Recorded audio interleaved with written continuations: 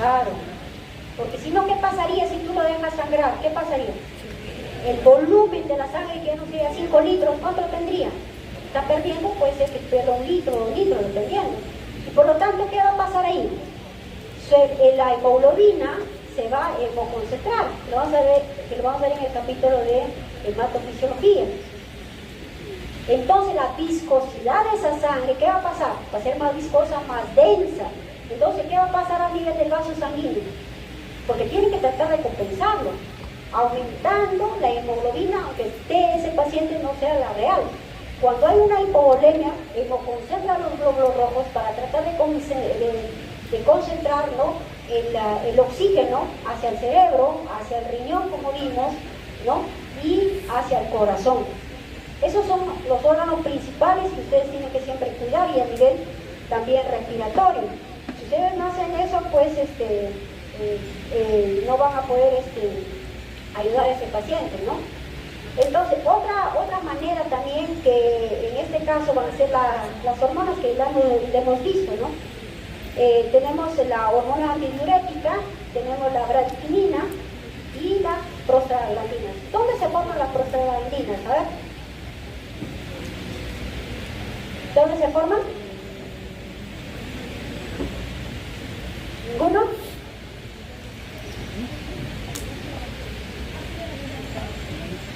¿Ah?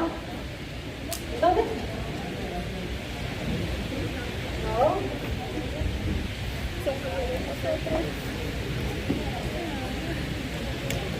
Ya mañana lo pondrán en la práctica. ¿Sí? ¿Ah? ¿Mira que el tiempo?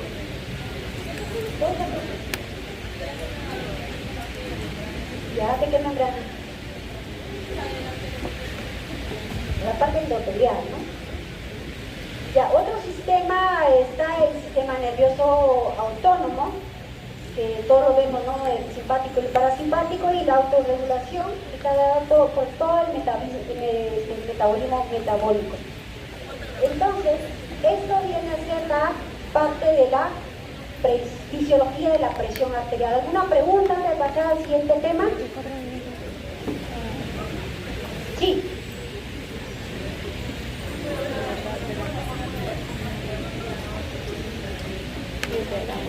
La fórmula de la presión arterial media es presión sistólica más 2 veces la diastólica entre 3. ¿Sí? ¿Alguna otra pregunta? Bueno, hay varias fórmulas, ¿ah? También, un tercio, pero al final es parecido, ¿no? Son como 3 o 4 fórmulas, ¿no? Lo que se utiliza más es eso, que es más práctico también, es más fácil de acordarse, ¿no? ¿Alguna otra pregunta en este tema? Van a tener examen en patito a la salida. ¿Ya? ¿O quieren ir al baño, relajo 5 minutos? No. Ya, 5 minutos ya para la siguiente clase. Tomen suave.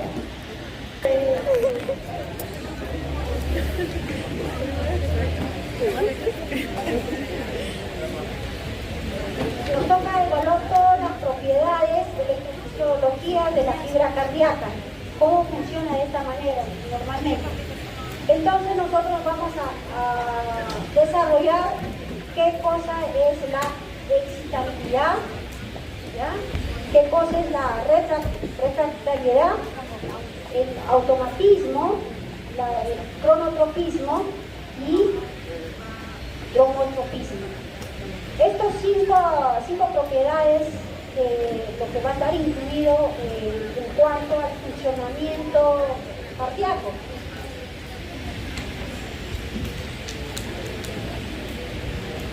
¿Listo? Entonces, para iniciar nosotros tenemos una célula, ¿ya? Dentro de la célula nosotros que llevamos en membrana celular, todas las células van a tener este sistema. Nosotros tenemos en la superficie de la membrana celular que vamos a tener, que son las cargas positivas, y en la parte intracelular nosotros tenemos cargas negativas. Estos nosotros tenemos que son dentro, que van a actuar diferentes electrolitos, tanto el sodio, el cloro, el potasio, el fósforo y otros aniones inclusive, ¿no? El magnesio inclusive, el cloro, que van a estar involucrados y va a ser para el funcionamiento de este sistema. Entonces, nosotros cuando la célula está en reposo, nosotros tenemos un voltaje de menos 90, es una célula en reposo. Entonces, nosotros tenemos, si dividimos la membrana celular, tenemos el líquido intracelular y el líquido extracelular. Como ustedes ven en la parte extracelular, ¿qué tipo de electrolitos nosotros observamos con mayor frecuencia? Va a ser el cloro, el sodio, en su mayoría. ¿Y qué vemos ahí? Menos, o sea, el sodio va a estar en poca proporción que en el extracelular. Entonces, y en el intracelular nosotros lo que vamos a observar es al revés, ¿no? Si tenemos poca cantidad de potasio en el extra, vamos a tener abundante potasio en el intracelular. Y no solamente tenemos también el sodio, pero en menor proporción. ¿Ya? Entonces también tenemos fosfatos, en este caso podemos tener fósforo, también cloro, también podemos tener magnesio, ¿no? Pero en cantidades mucho menores.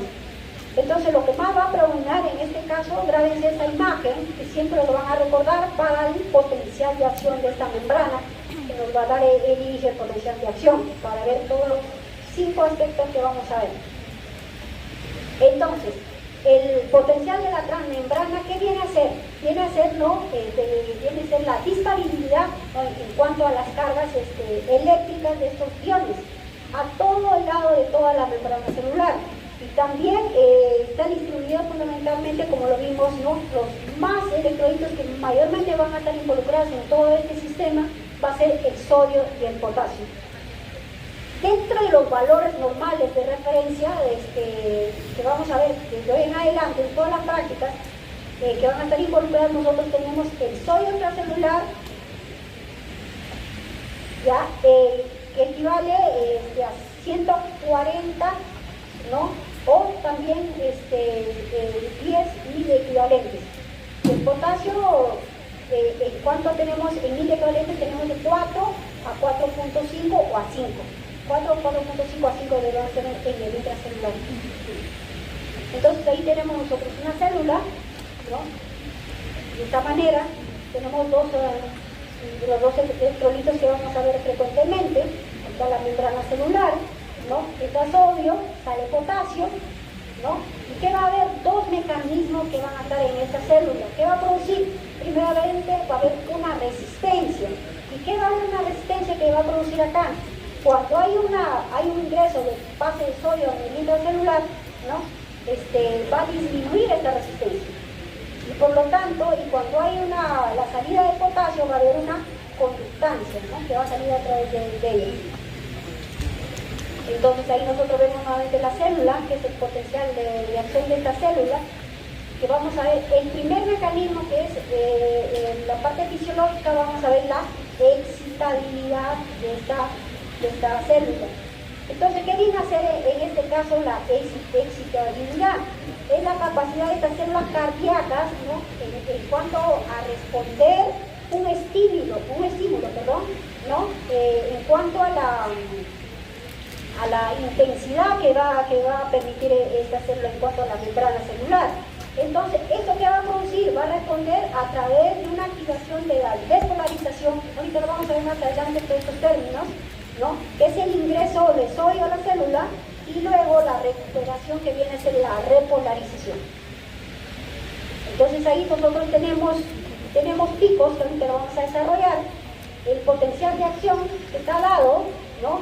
Primeramente, nosotros para actuar en este mecanismo, nosotros tenemos un voltaje y que va de menos 90, que está en la célula de reposo. En este caso, la primera fase, que es la fase 0.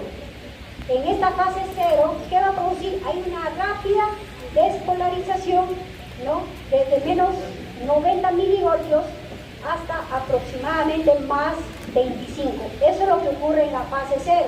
Eso sí lo tienen que dominar, porque eso lo van a ver toda la vida, lo van a ver. Si son cardiólogos, con mayor razón. Entonces, en la fase 1 ya es la repolarización, ¿no?, temprana. Cuando, en este caso, cuando sale cuando sale potasio, en este caso, en la primera fase, ¿no? Y ¿qué va a pasar en este caso?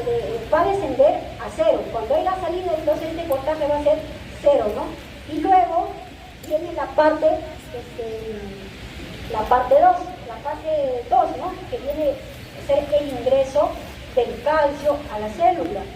¿Qué va a producir ahí? Se va a formar una meseta, como ustedes vieron, una meseta que lo están viendo ahí.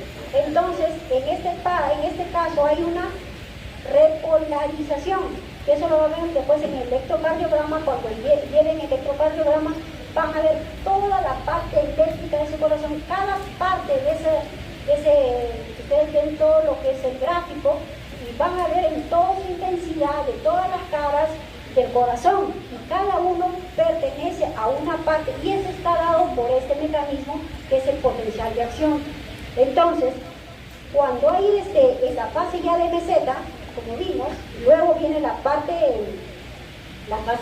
3, que viene a ser ya la salida de potasio, ¿no? Entonces ahí tenemos la fase 1, la fase de 0, la fase 1, la fase 3, que viene a ser, como le dije, es corta, que responde a la salida de potasio, que viene a ser más corta que la fase 2, y la fase 4, que es el potencial en este caso, regresa al valor de menos 90. Ahí vemos de la fase 1, la fase 2, fase 3, fase 4, que ya tiene, como ustedes ven, la fase 4 viene nuevamente a un voltaje de menos 90 milivoltios, ¿no? Y eso forma el potencial de acción. Entonces, todo este sistema va a estar regulado por estos electrolitos que ya mencionamos. Entonces, está el sodio, el potasio, ¿no?, que está dado cuando entra y sale, que acá lo vemos mucho mejor, ¿no? Está la fase de la meseta, fase 1, 2, ¿no?, que ya sabemos qué sucede. De igual manera, la fase 4, ¿no?, ya nuevamente la célula entra en reposo para iniciar nuevamente el potencial de acción de esta membrana, ¿no? Y entonces, al final de esto, cuando hay un reposo, nosotros necesitamos de otro tipo también que va a estar por el ATP, que estas células necesitan energía para poder realizar todo este mecanismo también de acción, ¿no?, que va a estar.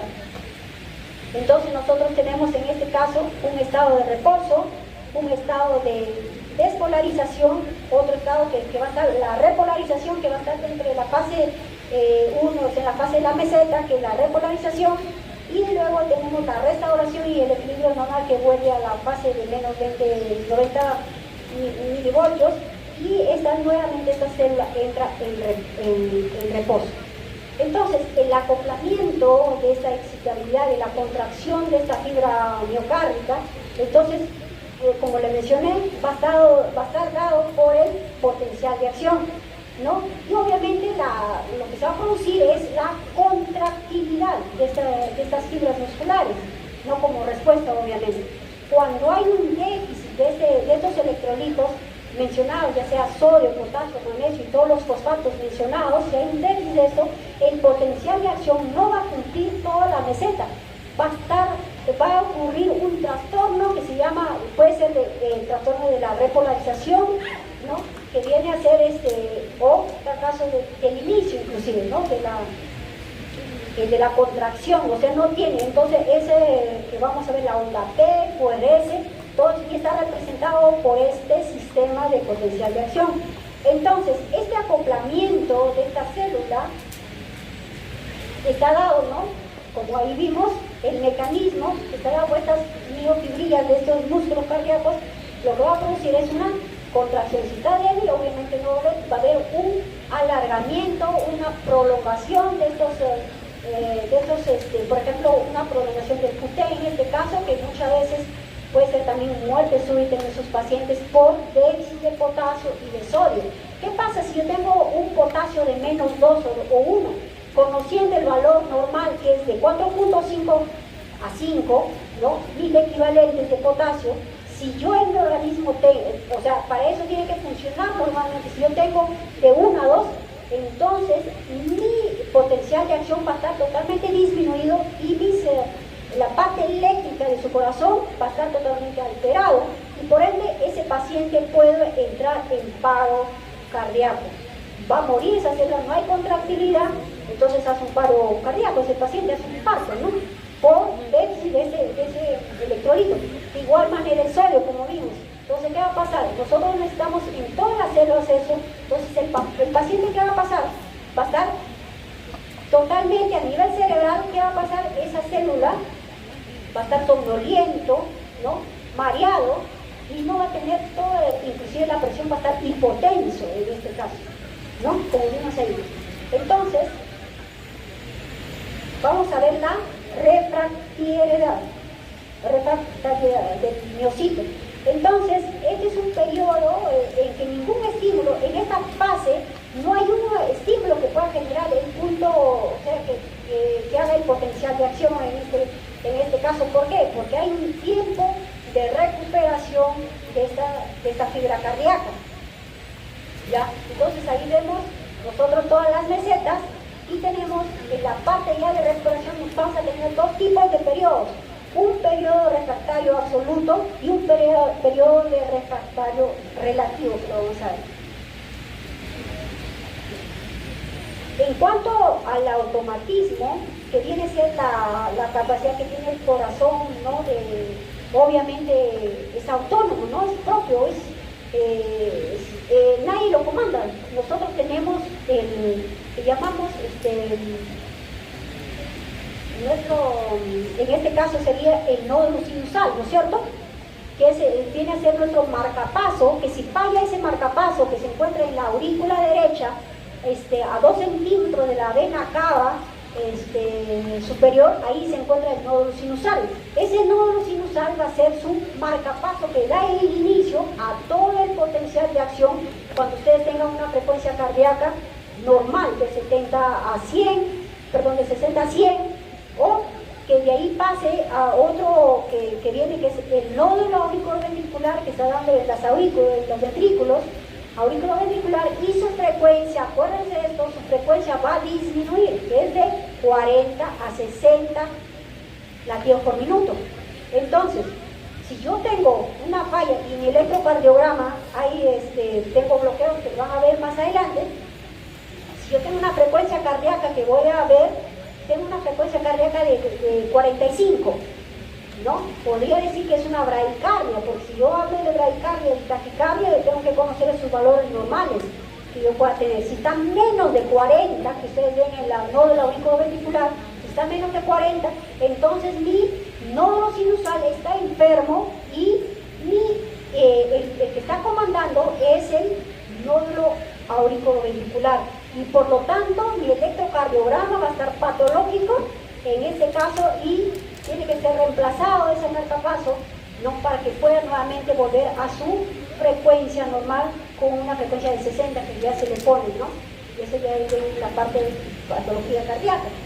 Entonces, el automatismo, como vimos, ¿no? Viene a ser la despolarización espontánea durante toda la fase del reposo. O sea, cuando nadie está activado, el corazón sigue, ¿no? Funcionando. Y este cargo con el sistema nodal, como digo, el sistema del nódulo sinusal o el sistema nodal en este caso, ¿no? Ahí vemos.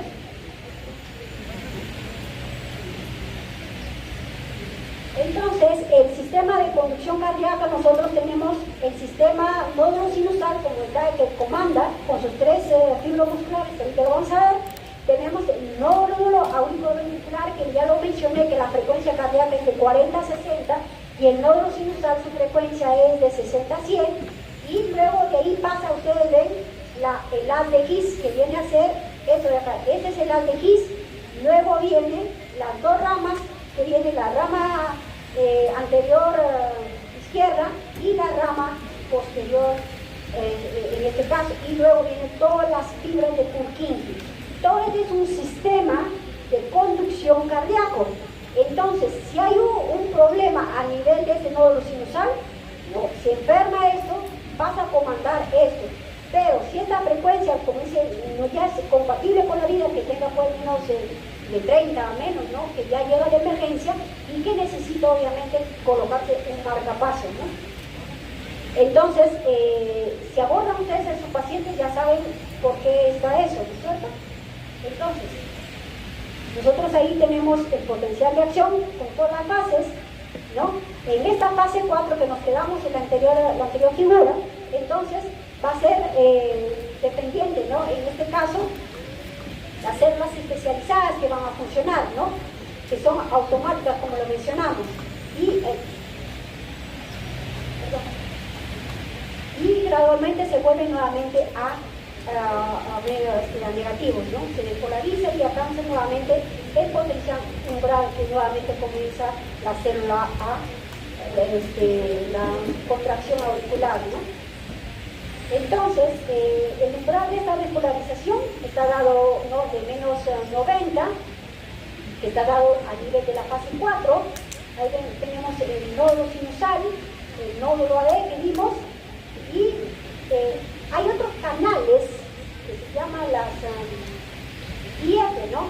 Estos son muy importantes en este caso que los conozcan, porque estas incluyen son, mejor dicho, canales que van a permitir la entrada de sodio, ¿no?, en la forma más lenta, no rápida. Entonces, que van a estar permanentemente el ingreso cuando esto se cierra, o sea, los canales se abren y se cierran, hay salida espontáneamente y los otros no, ¿no? En este caso se van a dar en la parte de la despolarización diastólica, ¿no? Entonces, ahí tenemos, miren ustedes, la forma que va a optar, que en diferentes, el potencial va a tener una, no es lo mismo que yo tenga el potencial de acción del nódulo sinusal, miren la forma que tiene, del nódulo auriculoventricular, no de las X, de las ramas no tanto derecha y las ramas de Purkinje. Todos estos son potenciales de acción que tienen diferente morfología de acuerdo a la complejidad que va a utilizar estos mecanismos, ¿no?, en cuanto a la utilización de estos electrolitos mencionados. Entonces ahora vamos a ver lo que es cronotropismo, ¿no? Entonces, el cronotropismo depende de la actividad, ¿no?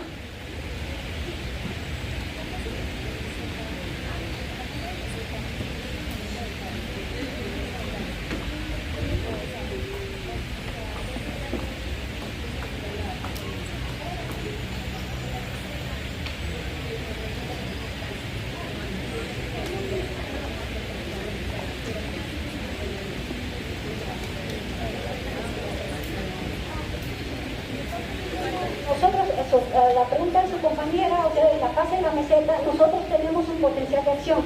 Cuando nosotros realizamos un electrocardiograma, nosotros tenemos todas las partes del corazón, que vamos a ver en su totalidad, las aurículas, los ventrículos, cuando hay una despolarización o repolarización en la fase de reposo, que nosotros vemos.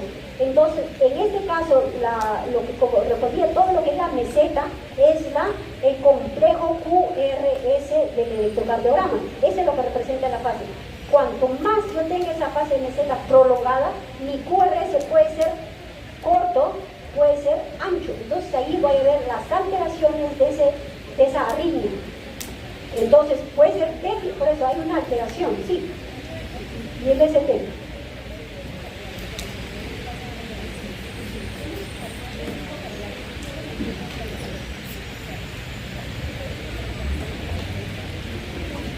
No, o sea, es rápidamente, todo es el potencial de acción y está representado por el electrocardiograma, esa es la parte eléctrica.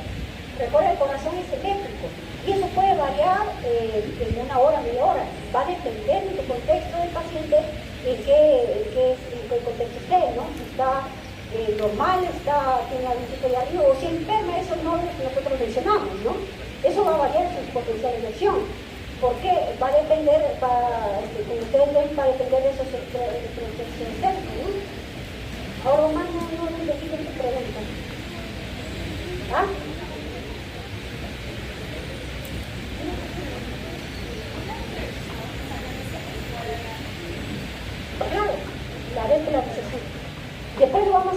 en el electrocardiograma cuando es una despolarización, una repolarización, ¿no? En este caso cada fase tiene una forma, ¿no? ¿Quién se despolariza primero? Primero se despolariza la aurícula, luego viene el complejo QRS y luego viene la parte de la despolarización del complejo QRS. El complejo QRS tiene tres facetas, ¿no? La parte del septum, la parte de la pared y la parte de la base del corazón. Entonces te va a dar QRS. Entonces cuando el corazón, como ustedes ven, cuando el corazón está grueso, entonces el QRS va a estar elevado. Normalmente vamos a ver cuántos cuadraditos es. Por eso cuando nosotros vemos un electrocardiograma decimos, ¿no? Este paciente tiene una cardiopatía hipertrófica, simplemente por el QRS que está elevado. Y ahí se va a ver toda la parte cardíaca y las enfermedades del corazón, ¿no? Que son miles. ¿Sí? Entonces, en el cronotopismo, ¿no? Entonces va a depender, en este caso, la actividad del marcapaso. Como vimos en nuestro marcapaso, es el nódulo sinusal, ¿no es cierto? Y su frecuencia cardíaca está entre 60 a 99 o hasta 100 se puede considerar. 101 latidos y es considerado una taquicardia sinusal. Mayor de 120 ya es una patología, una arritmia cardíaca. Máximo pueden considerar hasta 110, una taquicardia. Si es que no hay alteraciones, obviamente, en su electrocardiograma. Entonces, y una bradicardia, ¿no? Es opuesto, menos de 60. Los jugadores por sí, como practican tanto practican deporte, ¿no? Su sistema cardiovascular, su frecuencia cardíaca de ellos son menores, llegan muchas veces hasta 40, 45, 50, eso es lo que ellos mantienen. Y puede decir, oye, está enfermo, no, simplemente ha trabajado bastante la parte cardíaca, ¿no? Pero si no hay ninguna alteración, obviamente, eso es una bradicardia sinusal en este caso, ¿no? Entonces, ahí están las frecuencias, para que no se olviden, ¿no? Cuántos son los latidos en cada uno, en cada estructura y la frecuencia, ¿no? Ahí está el nódulo sinusal, el nódulo auriculoventricular y la fibra ventricular, ¿no? Que ya lo vimos en los neuros. Entonces, en la parte del automatismo, estas van a estar, que pueden ser en este caso, ¿no? Van a ser rítmicos, van a ser periódicos y irregulares.